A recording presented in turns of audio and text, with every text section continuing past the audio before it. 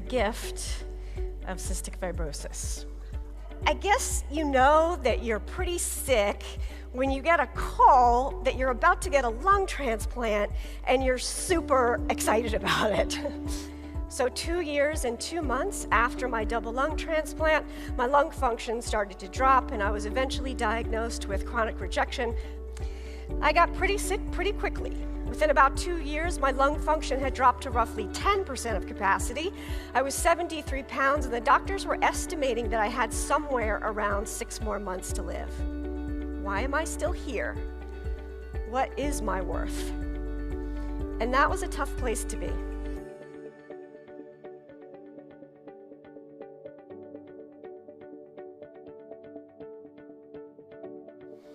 And then along comes my new lung transplant coordinator, and she calls me up and she says, you know what, I want to get you on the list again. And you think that I would be so happy about that, but I was so irritated. I had just gotten to the point that I was looking forward to the other side, and now she's telling me that I have a 50-50 chance of living or dying. I was out of the hospital in less than 2 weeks, and I've had over a decade now of good health, so very, very lucky. I decided actually when I was in ICU what I wanted to do with my life. I decided that I wanted to help other patients and families. So after volunteering for a while, I became a professional patient advocate working in the area of oncology. No matter what our role happens to be, every single one of us is a ripple effect. And you have no idea how far your ripples go and to which shores they may land. With all of my wonderful experience as a patient, I'd lost touch with the actual patient experience. Because what she was experiencing was a deep physical and emotional experience that was primarily internal. So what was happening was that I was asking her questions that she actually didn't care about.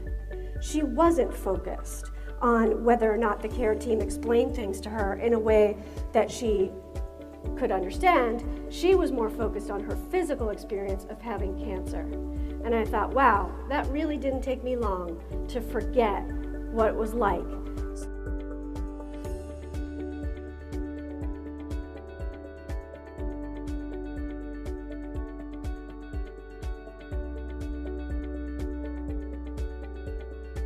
We want to think about experience, and we want to understand how do we capture what that experience is. Tell us what a good experience means to you. So first of all, we found out that people really do think patient experience is important, and it guides a lot when they can. It guides where they choose to go.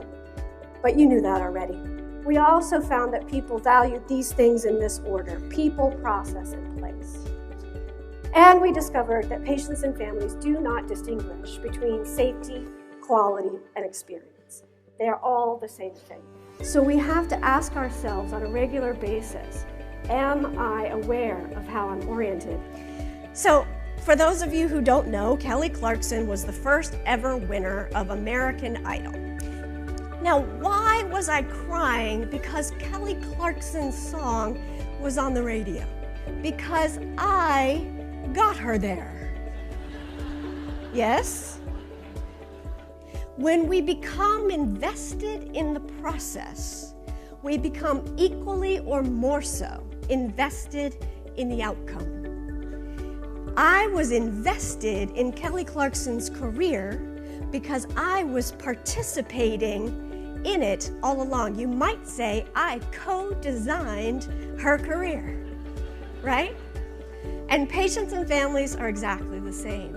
The more that we are invested in the process of designing our care, our treatment plans, the more our goals are incorporated, the more we are considered as individuals, the more we will be invested in our outcomes.